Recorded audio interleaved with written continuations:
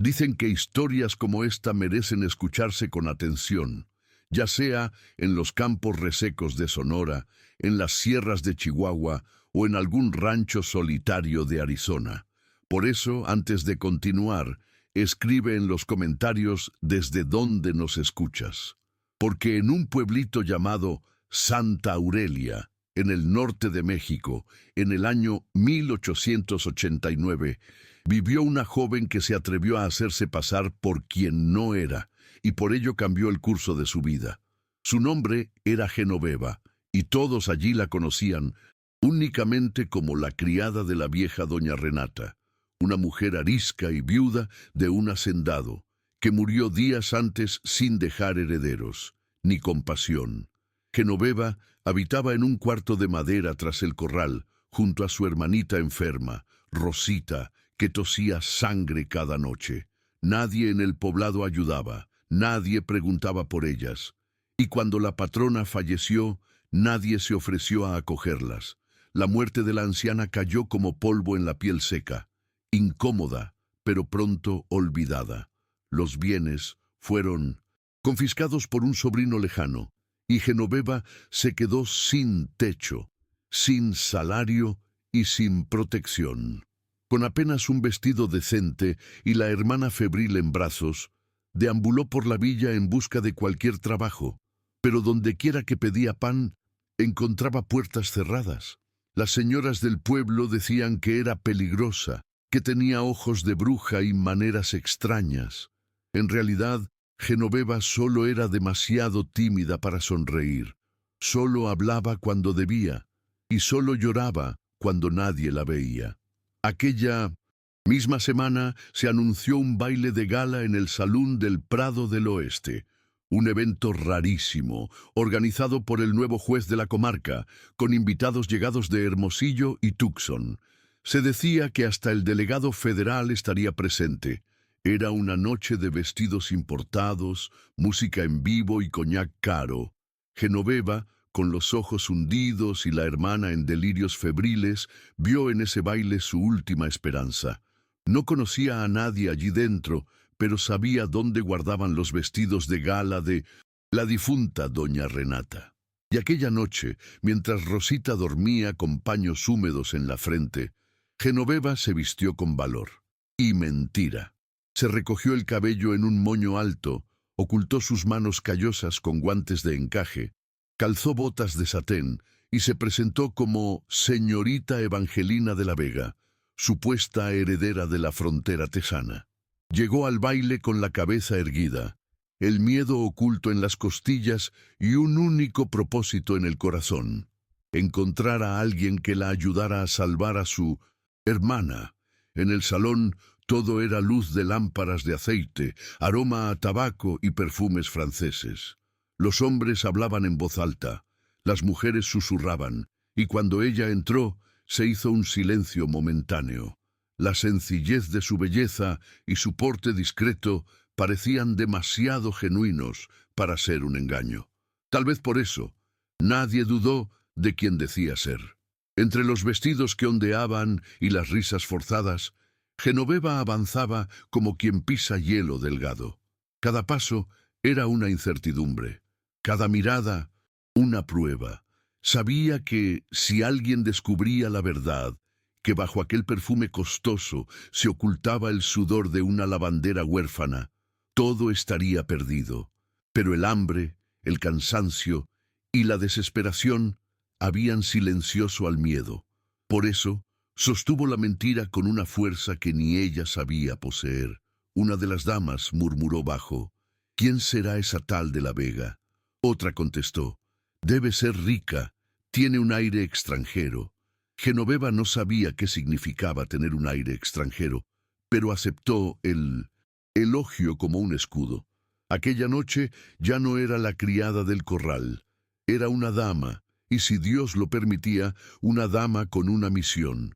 Un hombre la observaba desde un balcón improvisado, sosteniendo un vaso de cristal con 2 dedos, sin ostentación, sin prisa. Era Adrián del Valle, el nuevo juez de la comarca. Viudo, conocido por su educación refinada y su fama de incorruptible, Adrián rara vez asistía a fiestas, pero aquella noche había cedido a la insistencia de su tía, una mujer influyente de la región, dueña de las tierras más fértiles del valle. Cuando vio entrar a Genoveva, algo se movió en su interior. Tal vez fuera la forma cautelosa en que ella examinaba todo, como quien ha sentido miedo al entrar en un lugar donde no fue invitada. Cuando ella pasó cerca, él murmuró: «Buenas noches, señorita. Parece que el piano toca solo para usted». Ella respondió con un leve asentimiento, disimulando el temblor en los labios. Había sinceridad en su voz, y eso la desarmaba. Bailaron 2 piezas sin intercambiar casi palabra, pero había un silencio denso entre ambos, de esos que hablan más que las frases. Genoveva evitaba mirarlo de frente, fijando su vista en sus hombros. No sabía si era vergüenza o vértigo. Nunca había bailado con un hombre, menos aún con alguien como él, seguro, gentil y, sin embargo, tan triste por dentro. Adrián no la interrogaba, la observaba, y cuanto más la observaba, más notaba las pequeñas grietas en esa figura de dama, la costura imperfecta del vestido, el ligero desfase en sus modales, la manera en que mantenía los pies juntos, como si esperara una reprimenda. «No es de aquí», dijo él con suavidad. Genoveva esbozó una media sonrisa y contestó: «Tampoco de allá. Soy de un lugar cuyo nombre nadie recuerda». Él encontró gracia en la respuesta, pero no rió. Solo asintió, como quien comprende más de lo que dice. Tras la tercera pieza, ella se retiró. Necesitaba aire. En el patio del salón, el aire era seco y olía a leña quemada. Se apoyó en una cerca y alzó la mirada al cielo. Pensó en Rosita, y por un instante las lágrimas estuvieron a punto de brotar. Mas alguien se le acercó. Era Adrián. No dijo nada. Simplemente le quitó el saco y lo colocó en sus hombros, sin pedir permiso. «Hay algo en usted que me recuerda a cosas que olvidé», afirmó, mirando la penumbra. «No sé si es su tristeza o su coraje, pero no es común y me impulsa a querer escucharla». Genoveva sintió que aquello era más que un gesto amable. Era una invitación, peligrosa, pero humana, y por primera vez en mucho tiempo sintió ganas de confiar. A la mañana siguiente, Genoveva despertó en el galpón trasero, con el vestido de la condesa doblado bajo el colchón de paja y los pies hinchados de la velada anterior. Rosita aún dormía, sudorosa y pálida. El baile había sido un riesgo, un sueño y una condena al mismo tiempo. Había conseguido comida, gracias a una de las empleadas del salón que la reconoció, pero había mantenido el secreto, y recibió un papelito entregado discretamente por uno de los camareros, con una caligrafía firme. «Me encantaría verla de nuevo. El lunes al atardecer, junto a la fuente de la plaza». Genoveva no supo qué hacer con eso. Era bonito, era real, pero también peligroso. Guardó la nota con cuidado en el único lugar que consideró seguro, dentro de la bota. Pero el oeste no era un lugar para cuentos de hadas. Y a la tarde siguiente, el capitán Bernal, jefe de la milicia local y hombre de dudosa reputación, golpeó la puerta del galpón con sus botas embarradas y una sonrisa torcida. «Señorita de la Vega, o debo decir Genoveva, la huérfana del establo», espetó haciendo girar un medallón de plata entre los dedos. Había estado en el baile. Reconoció el colgante de la antigua condesa y armó el rompecabezas. No gritó ni denunció, simplemente sonrió con suficiencia. «Eres astuta, niña, pero no tan lista como para engañarme a mí». Genoveva intentó mantenerse firme, pero todo su cuerpo temblaba. Bernal se acercó a la cama de Rosita, observó a la niña con desdén disimulado y susurró: «Puedo ayudarte. Un lugar donde quedarte, medicinas, comida. Pero tendrás que venir conmigo al Versalles del Norte. Seré tu patrón, o tu dueño. Tú eliges el nombre». Ella se negó. Bajó la mirada y dijo que prefería morir. Pero él no aceptaba un no por respuesta. Aquella noche regresó con 2 soldados y un documento firmado por la corregiduría, nombrándola sierva en transición punitiva, un artificio legal para forzar su misión. Genoveva no tenía a dónde huir. Nadie la defendería, y su miedo ya no era por ella, sino por Rosita. Lloró en silencio mientras empaquetaba sus pocas pertenencias en un saco de tela, sintiendo el peso de la mentira volverse contra ella. Fue entonces cuando Vicente, el anciano cochero de la condesa, un hombre que rara vez pronunciaba más de 2 palabras al día, apareció en el portón trasero con un caballo ya ensillado. «Sube», ordenó, sin más explicaciones. «Hay una señora que no quiere que esta injusticia prospere». Genoveva dudó, pero Rosita ya reposaba en sus brazos, envuelta en mantas. Era a huir o perecer. El viaje fue breve, pero lleno de tensión.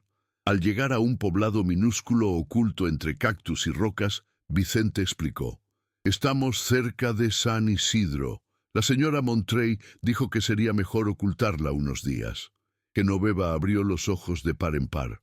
Madame Montrey era conocida como la mujer más poderosa del norte, tía del juez Adrián y mecenas de la región. Si ella intervenía, significaba que el peligro no provenía solo de Bernal. Significaba que alguien estaba a punto de tirar del hilo de su mentira y arrojar a Genoveva a los leones de la verdad pública. «¿Ella quiere ayudarme?», preguntó con voz débil. Vicente solo negó con la cabeza. No siempre quien ayuda tiene buenas intenciones, pero al menos por ahora, aquí nadie la encontrará. Genoveva contempló el árido horizonte y abrazó a Rosita. La mentira, desde ese instante, se había convertido en una cerca de espinas, y la verdad, un campo minado. En la casa donde se refugiaron, Genoveva no hallaba espejos, solo la luz cruda del desierto filtrándose por las rendijas de la madera. Pasaba los días cuidando de Rosita y las noches cosiendo, intentando calmar su mente febril por el miedo. La niña comenzaba a responder a los tés que Vicente traía, y eso era todo lo que importaba. Pero la tranquilidad era un espejismo. Sabía que no duraría. En la tercera noche, una mujer llegó montada en un caballo blanco, descendiendo con más elegancia que cualquier dama de salón. Era Madame Montrey. Entró sin llamar, observó a Genoveva de pies a cabeza y sentenció con frialdad: «Tienes valor, pero no un lugar en el mundo que he construido. Gente como tú solo sirve para inspirar fábulas o para caer en ellas». Luego dejó sobre la mesa un sobre lacrado. «Esto es de parte del juez del valle, aunque quizá cambie de opinión cuando sepa quién eres en realidad». Genoveva no abrió el sobre de inmediato. Esperó a que la visitante se marchara, aguardó el silencio. Con manos temblorosas rompió el lacre y leyó: «No sé tu historia, pero conozco el peso de no saber quiénes somos. Si hay sinceridad en tus ojos, búscame. Estoy dispuesto a escuchar, aunque duela». Aquellas palabras la atravesaron. Sí, había verdad en su mirada, mas también miedo de destruir al único hombre que le había tendido la mano sin pedir nada a cambio. En el fondo, Genoveva no solo ansiaba ser escuchada, deseaba ser vista por completo, con su barro, sus grietas, su ternura oculta bajo capas de polvo. Pero sabía que para ello tendría que mostrar el rostro condenado por el mundo. La criada, la huérfana, la que osó pisar un baile y danzar con un hombre muy por encima de todo lo que jamás tocaría. Mientras tanto, en Santa Aurelia, Adrián intentaba recomponer las piezas. Enviaba mensajeros discretos, hablaba con los empleados, incluso trató de visitar la antigua mansión de la condesa, pero descubrió que las propiedades habían sido transferidas a un hombre allegado al capitán Bernal. Todo olía a corrupción. Cuando preguntó a su tía por la señorita de la Vega, solo recibió una sonrisa irónica. Siempre te atrajeron las inadaptadas, Adrián, quizá herencia de tu madre. Él detestó esa respuesta. Elegante por fuera, cruel por dentro. Sin embargo, la duda le carcomía. ¿Quién era esa mujer que lo había cautivado? ¿Y por qué parecía más auténtica que cualquier dama que conociera? No lograba olvidar su mirada angustiada, su manera de danzar como si sujetara el mundo con los pies. En el refugio de Genoveva, el tiempo comenzó a estirarse como cuero seco. Vicente aparecía con menor frecuencia. Rosita mejoraba, pero preguntaba cada vez más sobre el baile, sobre la vida que habían dejado atrás. ¿Te casarás con el hombre del traje blanco?, preguntaba con su vocecita de niña que ha visto demasiado. Genoveva sonreía fingiendo ligereza. Solo bailamos con esas personas, Rosita. No se quedan bailando con nosotras mucho tiempo. Pero en el fondo sentía algo que no quería admitir. Nostalgia. Y quizás una esperanza que jamás pidió. Porque, a pesar de toda la farsa, Adrián no la trató como criada, ni como impostora.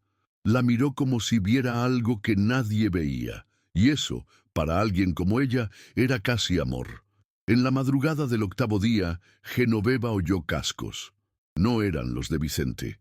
Eran firmes, impacientes. 2 hombres llegaron con pañuelos cubriéndoles el rostro y golpearon la puerta con aspereza. Ella no abrió.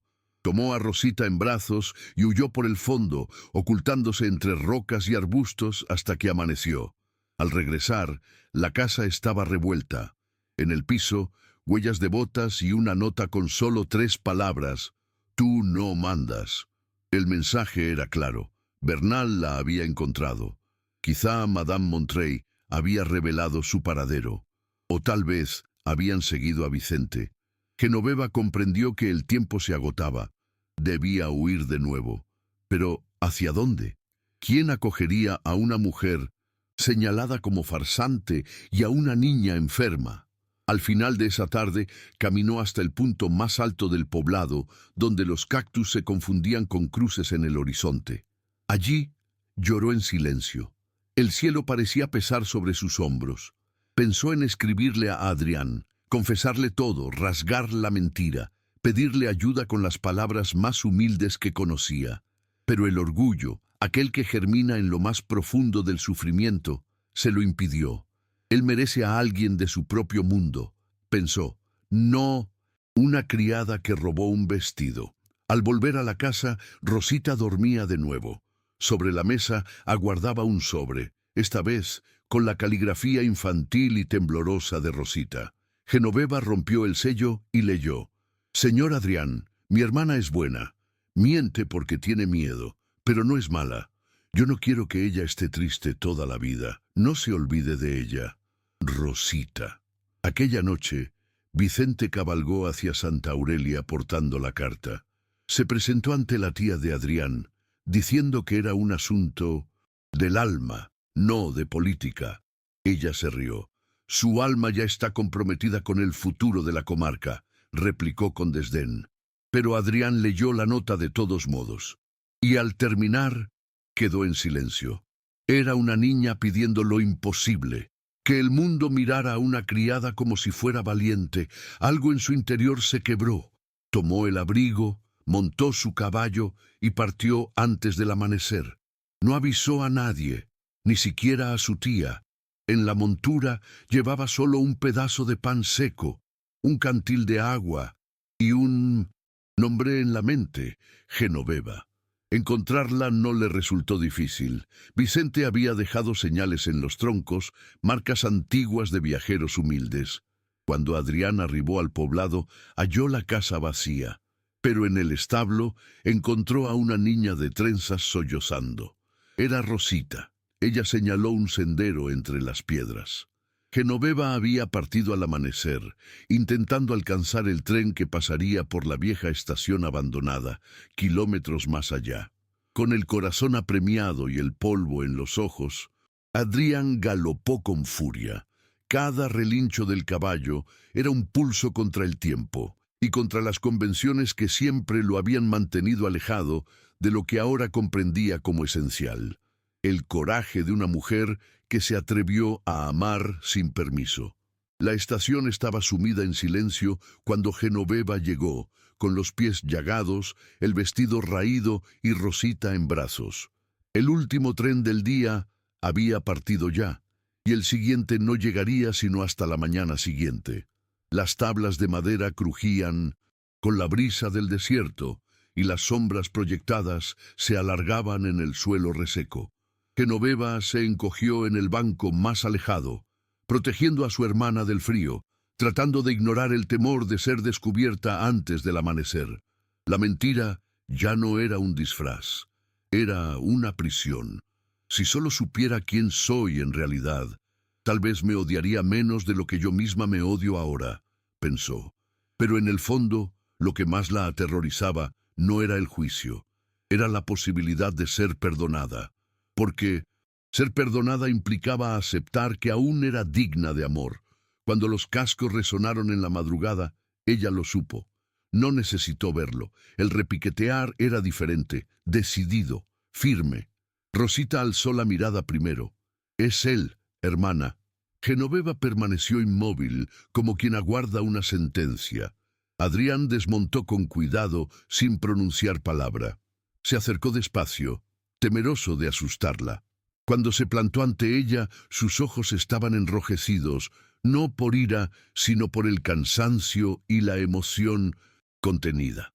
«Mentiste a todos, menos a mí», dijo con voz suave.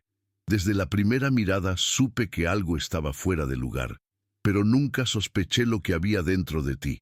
Genoveva quiso ponerse de pie, pero las piernas no respondieron. Se arrodilló en el suelo, arrastrando a Rosita, y musitó: «Perdóname, solo quería salvar a mi hermana». Adrián se inclinó y tomó sus manos con firmeza. «No necesitas pedir perdón por amar a alguien. Eso no es un crimen, Genoveva». Ella lloró como una niña, y él dejó que el silencio los envolviera. Al fin, alzó la mirada hacia Rosita, que ya sonreía. «Escribiste una carta preciosa, señorita», comentó. La niña encogió los hombros y respondió: «Mi hermana olvida que es buena, así que la recordé». Adrián esbozó su primera sonrisa en días. Luego, con la voz quebrada, afirmó: «No vine a reprocharte, ni a juzgar. Vine porque no puedo seguir viviendo en un mundo donde tú no existas». Genoveva se estremeció ante esas palabras. Sabía su significado. Un juez, un hombre de rango, arrodillado en el barro de una estación abandonada, frente a una criada que había usurpado una identidad, y aún así, pidiéndole que se quedara. Ella declinó. Con todo el dolor de su ser, replicó: «Si te quedas conmigo, destrozarán tu reputación. Dirán que enloqueciste, no puedo ser el escándalo de tu vida». Adrián entrecerró los ojos, como si intentara borrar el peso del mundo. «Prefiero que me recuerden como el loco que amó a una mujer auténtica, que como el juez que hizo la vista gorda ante una injusticia evidente». Genoveva dibujó su primera sonrisa sincera, triste pero llena de gratitud. Después se levantó, contempló el horizonte y declaró: «Todavía no puedo, Adrián, pero si algún día quieres buscarme, estaré donde las niñas olvidadas aprenden a escribir cartas». Él asintió. No insistió. Solo la besó en la frente como diciendo: «Vete, pero lleva mi corazón contigo». Los meses siguientes transcurrieron en silencio y nuevos comienzos. Genoveva se estableció en Minchesen, una comunidad remota entre montañas, donde nadie preguntaba de dónde venías, solo si podías ayudar. Allí alquiló una sencilla casa de adobe, impartió clases de lectura a las hijas de los campesinos y cuidó de aquellas que, como ella, carecían de madre y futuro. Rosita mejoraba visiblemente, corría, reía, leía en voz alta los proverbios que su hermana enseñaba. A veces, al caer la tarde, Genoveva se sentaba sola en un banco frente a la escuela y contemplaba el horizonte. Nunca escribió a Adrián, nunca mandó señales, pero cada vez que abría un cuaderno nuevo, recordaba cómo él había tomado sus manos cubiertas de polvo, como si fueran de porcelana. La reputación de Genoveva en aquella aldea olvidada ya no era de dama ni de criada. Era simplemente Genoveva, la mujer que educaba a niñas para leer, coser y hablar con firmeza. Cuando le preguntaban si estaba casada, sonreía y decía: «El amor me visitó una vez», y dejó una carta grabada en el corazón. Los demás la respetaban sin entender del todo. Y los hombres, aunque desconfiados, no la molestaban, porque en Genoveva había una presencia serena, casi sagrada, que imponía respeto sin alzar la voz. Era como si hubiera sobrevivido a un incendio y ahora portara en su piel el aroma de la madera quemada y de la resistencia. No tenía que demostrar nada, y por eso mismo nadie se atrevía a dudar de ella. Fue Rosita quien cierta tarde escribió una nueva carta, esta vez sin pedir permiso. «Querido señor Adrián», ella no lo dice, pero lo espera. Cada vez que escucha cascos, mira por la ventana. No se demore mucho. Y depositó el sobre en manos de un arriero que partía hacia Santa Aurelia. Genoveva solo lo supo días después, al encontrar a su hermana dibujando un caballo alado. «Es para que él la encuentre más rápido», explicó con inocencia. Ella no regañó, solo la abrazó y lloró en silencio. Tal vez fuera destino, o tal vez esperanza disfrazada de obstinación infantil. Lo que Genoveva ignoraba era que, desde aquella noche en la estación, Adrián no había vuelto a ser el mismo. Renunció al cargo de juez. Rechazó invitaciones a futuros mandatos. Comenzó a defender causas que nadie más osaba tocar. Niños sin registro, mujeres sin voz, trabajadores expulsados sin compasión. Su tía decía que se había vuelto débil, pero quienes realmente lo conocían sabían. Él simplemente había descubierto una verdad que el mundo civilizado insiste en negar, que la nobleza no reside en la sangre ni en los títulos, sino en los gestos silenciosos de quien ama sin exigir nada. Esa era la verdad que lo guiaba ahora, sin saber si algún día volvería a verla. Cuando un día llegó un caballo al pueblo, levantando nubes de polvo en la calle principal, las niñas corrieron tras él como si fuera un ser mágico. Genoveva oyó los pasos y supo. No hubo duda. El estrépito era el mismo que en la estación, el mismo bajo el cual su corazón latió sin temor. Salió con lentitud de la escuela, limpiándose las manos en el delantal, con el sol dibujando franjas doradas sobre la tierra. Adrián desmontó con calma. Lucía más delgado, la piel levemente curtida por el sol del desierto, pero sus ojos conservaban ese silencio que lo decía todo. Genoveva no preguntó cómo la había hallado. Solo le sonrió y dijo: «Hay café en la cocina, pero está aguado». Él respondió: «No he venido por el café». Rosita emergió tras la puerta, con las trenzas más largas y una sonrisa de dientes que irradiaba felicidad. «Llegaste tarde», le reprochó, con brazos cruzados, al modo de quien exige cumplimiento de una promesa. Adrián se arrodilló para abrazarla.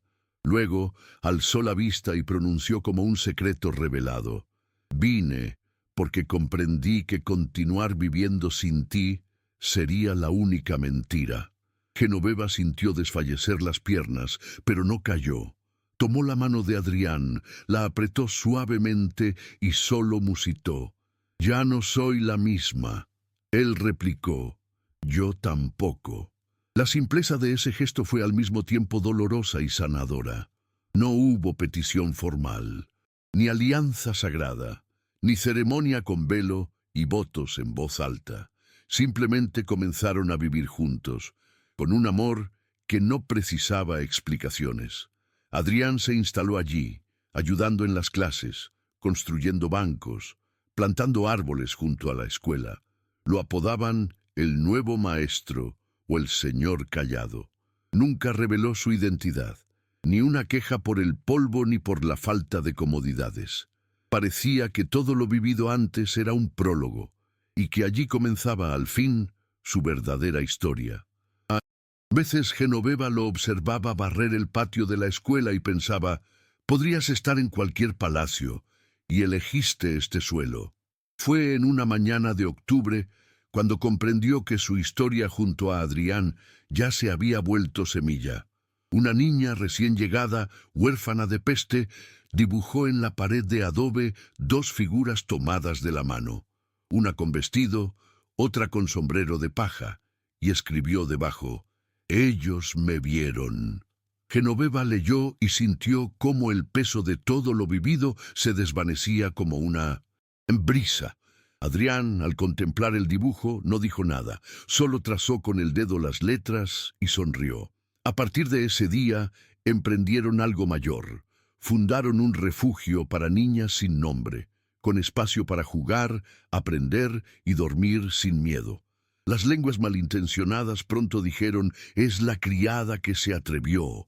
Pero allí, en aquel pueblo, esas palabras dejaron de ser ofensa, se hicieron leyenda. Los años transcurrieron sin alaracas. Genoveva no envejecía, solo adquiría un silencio más sereno.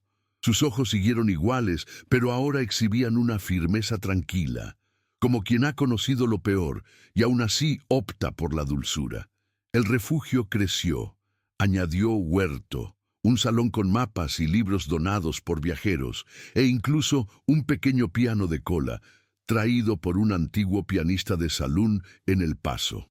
Las niñas la llamaban tía, aunque algunas, en los momentos más tiernos, susurraban mamá con timidez. Ella escuchaba, atesoraba cada palabra como si fueran medallas invisibles.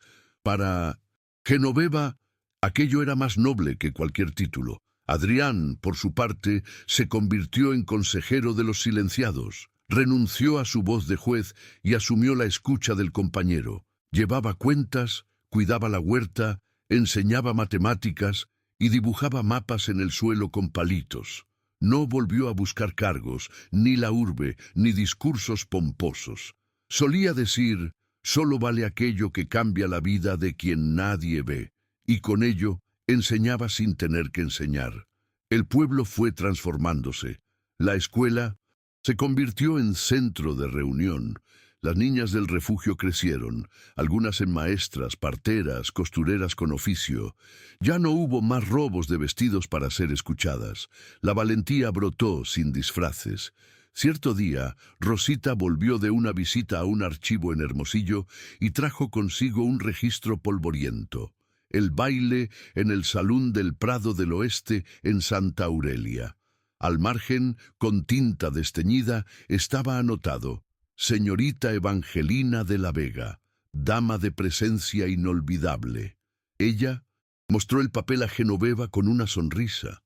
Genoveva sostuvo aquel trozo de historia como quien acaricia una herida cicatrizada. Por un tiempo pensé que necesitaba otro nombre para ser alguien. Ahora sé que solo tenía miedo, y que, incluso con miedo, fui, reflexionó. Y fue ese mismo día cuando un grupo de niñas del refugio pidió conocer el origen de aquel dibujo en la pared, el de las dos figuras de la mano. Genoveva miró a Adrián, que descansaba a la sombra de la galería. Él asintió. Entonces ella se sentó en el suelo, rodeada de niñas, y comenzó: «Érase una vez una criada que mintió, pero no por maldad, solo quería salvar a alguien». Las niñas abrieron los ojos asombradas. «¿Lo logró?», preguntaron. Genoveva meditó un instante, observó a Rosita, la escuela, el cielo despejado, y respondió: «Logró más de lo que imaginaba». Porque en ese momento supo que todo empezó con miedo, pero terminó con una elección. Y esa elección era la que convertía su historia en verdadera. Los días en San Isidro transcurrían al compás de la luz, no del reloj. Se amanecía con el canto de los gallos y se dormía con el crepitar de las lámparas de aceite. Genoveva, ya con canas y trenzas sueltas, paseaba entre las filas de niñas en clases de lectura, acariciando palabras escritas con torpeza infantil. Algunas eran hijas de antiguas alumnas, otras exiliadas de hogares rotos, pero todas compartían la misma mirada, la de quien, por primera vez, cree que puede ser más de lo que le dijeron. Genoveva conocía bien esa expresión, porque un día, bajo luces falsas, ella también la llevaba. Adrián cultivaba vinagre de agrias uvas y enseñaba sumas con tablillas de madera. Aún conservaba aquel papel amarillento de la carta de Rosita, doblado en 1000 pliegues, con la caligrafía infantil casi borrada. Solía afirmar que ese era el único documento cuyo valor jamás caducaría.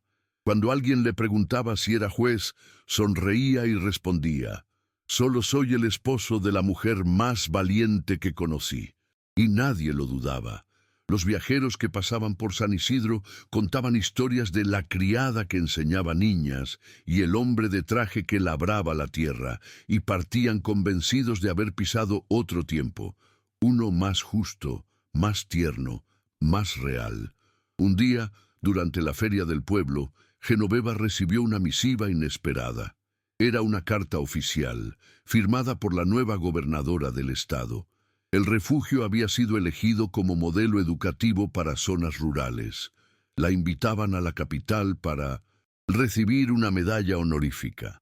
Genoveva leyó la nota 2 veces, la plegó y la guardó en una cajita junto al billete antiguo de Adrián, al colgante de la condesa y a una pequeña cinta azul de Rosita.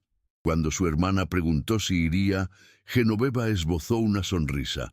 «Recibí mi mayor honor cuando vi a Rosita escribir su primera carta. Lo demás es adorno». Y regresó a su aula, como siempre, sin discursos, solo haciendo lo que mejor sabía: enseñar lo que nadie le enseñó. Aquella noche, Adrián la encontró sentada en el porche, con los pies descalzos y las manos entrelazadas. La brisa susurraba sin perturbarla. Se acercó en silencio y se sentó a su lado. «Si pudieras regresar a ese baile, ¿lo harías todo de nuevo?», preguntó. Genoveva alzó la vista al firmamento, pensó unos segundos y contestó: «No por mí, pero sí lo haría, por todas las que aún creerán que deben mentir para ser escuchadas». Él asintió, y permanecieron así, contemplando el cielo, porque a veces lo que cambia el mundo no son los gritos ni los títulos, sino el gesto de quien, en un instante de desesperación, se viste de coraje, y sin saberlo, comienza a tejer un futuro distinto para los que vendrán. El tiempo siguió su curso, llevando nombres y dejando solos los hechos. En San Isidro ya no hablaban de Evangelina de la Vega. El relato de la dama que se coló en el baile se desvanecía como un sueño remoto contado por alguien que jamás existió. Pero Genoveva existía. En cada niña que aprendía a leer, en cada una que sembraba semillas con el nombre de su madre en un papel. El refugio pasó a llamarse Casa de las Valientes, y sus muros albergaron dibujos, poemas, retratos y un pedazo de tela bordada con una frase: «Mentí para salvar, y al salvar encontré mi verdad». Nadie sabía quién lo escribió, pero todos sabían quién lo vivió. Cierta tarde, llegó al pueblo una forastera con un cuaderno de notas y mirada inquisitiva. Era periodista, venida desde la capital, ansiosa por conocer a la mujer que, según decían, cambió el destino de tantas niñas. Genoveva la recibió con sencillez: un vaso de agua fresca, un banco de madera y un cúmulo de historias. Habló poco de sí misma y mucho de las demás. Cuando la reportera preguntó por aquel baile y la identidad falsa, Genoveva solo sonrió. «La vida me otorgó un papel esa noche. Yo solo lo pronuncié en voz alta. Y punto». La crónica salió semanas después bajo el título «La criada que se atrevió», y nunca necesitó justificarse. Pero Genoveva nunca llegó a leerla. Rosita ahora era maestra. Volvía al pueblo en vacaciones, cargada de libros y nuevas ideas, con la alegría inagotable de quien supo que la salvación llegó de un abrazo. Cuando daba clase en la ciudad, hablaba de su hermana sin mencionar su nombre. «Mi heroína no empuñaba armas, empuñaba coraje y un vestido que no era suyo».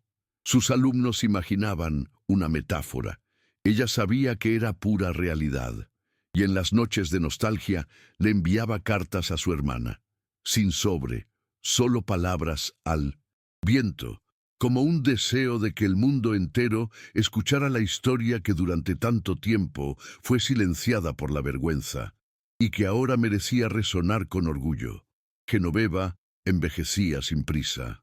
Cada arruga narraba un capítulo, cada hebra blanca, una puntada en las camisas de las niñas. A veces se sentaba bajo la higuera que Adrián plantó y contemplaba el refugio en silencio. Ya no pensaba en el baile, ni en el miedo, ni en las puertas cerradas. Pensaba en las manos que sostuvo, las voces que ayudó a formar, las niñas que pronto osarían vestirse de algo mayor que ellas mismas, porque al final sabía, el vestido de la condesa fue solo el inicio. Lo que verdaderamente transformó su vida fue lo que brotó después de que aquel traje se dobló, cuando por fin se autorizó a ser vista no como impostora, sino como semilla de un tiempo nuevo. Fue un domingo otoñal cuando Adrián cayó enfermo por primera vez. Una fiebre leve que se dio pronto, pero dejó un silencio profundo. No el de la paz, sino el de la despedida. Genoveva lo cuidó con la misma calma con la que atendía a las niñas. Paños fríos, caldos, relatos susurrados. Él sonreía entre sueños febriles. Aún tienes la mirada de aquella noche en el salón. Y ella, con un nudo en el pecho, contestaba, tú también, solo que ahora eres toda verdad. En ese tiempo, comenzó a escribir un diario por primera vez.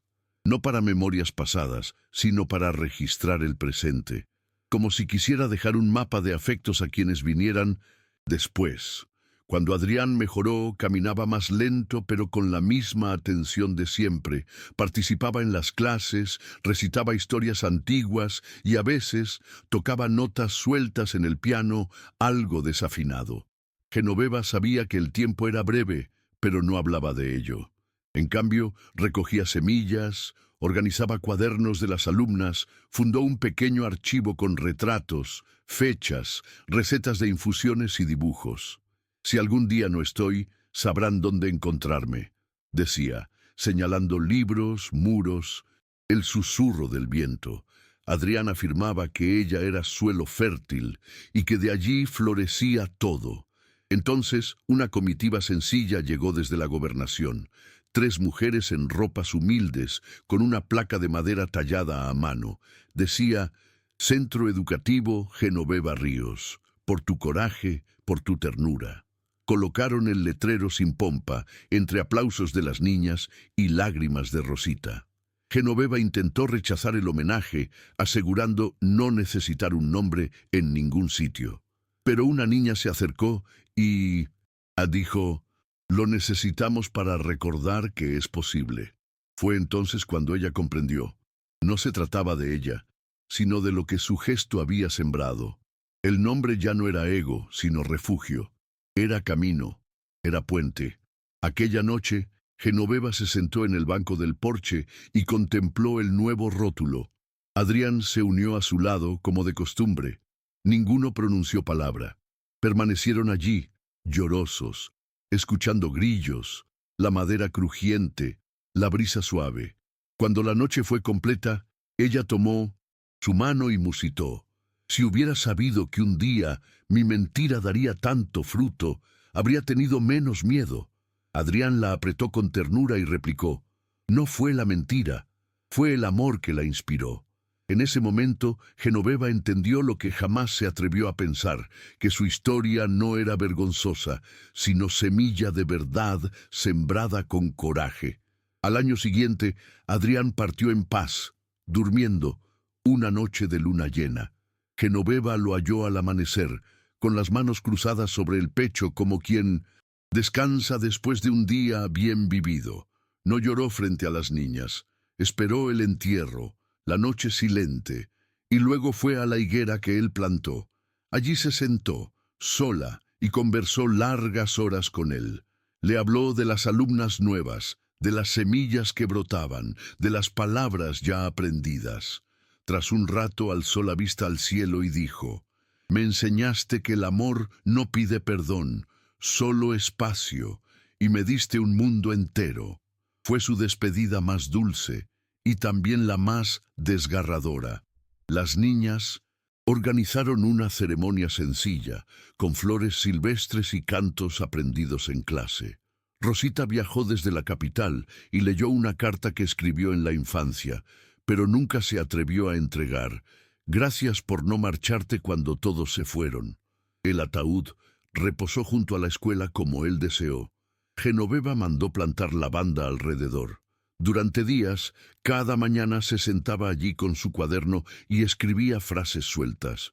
Hoy, María leyó sin titubear. Lupe pidió más hojas para escribir. «Semillas brotando». Era su forma de dialogar con él y asegurar que supiera que, pese a todo, el amor seguía dando frutos. El tiempo prosiguió como siempre. Genoveva envejeció sin perder la presencia. El cabello cano se volvió símbolo, su sonrisa calmada, leyenda. Cuando la voz le fallaba, las alumnas leían para ella. Un día le preguntaron qué desearía grabar en su lápida. Pensó un instante y dijo: «Nada extraordinario, solo esto. Aquí yace una mujer que mintió, y al mentir, enseñó verdades». Las niñas rieron y apuntaron cada palabra. Sabían bien que con Genoveva hasta la risa era lección. Años después, una historiadora de la capital publicó un libro titulado Mujeres del Silencio, legados invisibles del oeste. En un capítulo, narraba el caso de la criada que se fingió heredera para salvar a su hermana. La anécdota, antes considerada mera curiosidad, ahora se erigía como verdad, sustentada en testimonios, cartas y bocetos infantiles preservados en archivos rurales. El texto revelaba su nombre real, Genoveva Ríos, y por fin era reconocida no como impostora, sino como educadora, pionera y emblema de resistencia callada. La obra se volvió viral entre maestras jóvenes y activistas, pero en San Isidro nadie necesitó leer para saber quién fue.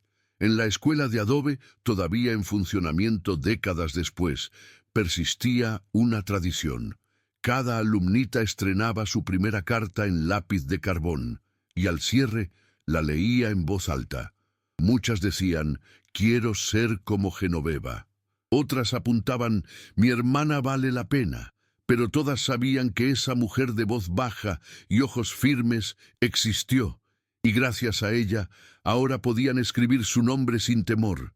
Era más que un legado, era redención, porque Genoveva fue, por mucho tiempo, una mentira tolerada, hasta convertirse en verdad imborrable. Dicen que, en el oeste, algunas verdades tardan en emerger, pero cuando salen a la luz, no piden disculpas. Genoveva no fue santa, ni mártir, ni heroína de novela. Fue mujer, fue hermana. Fue quien un día se atrevió a ser otra, y descubrió al fin quién era de verdad. Y por eso su vida, y la de muchos otros, cambió para siempre.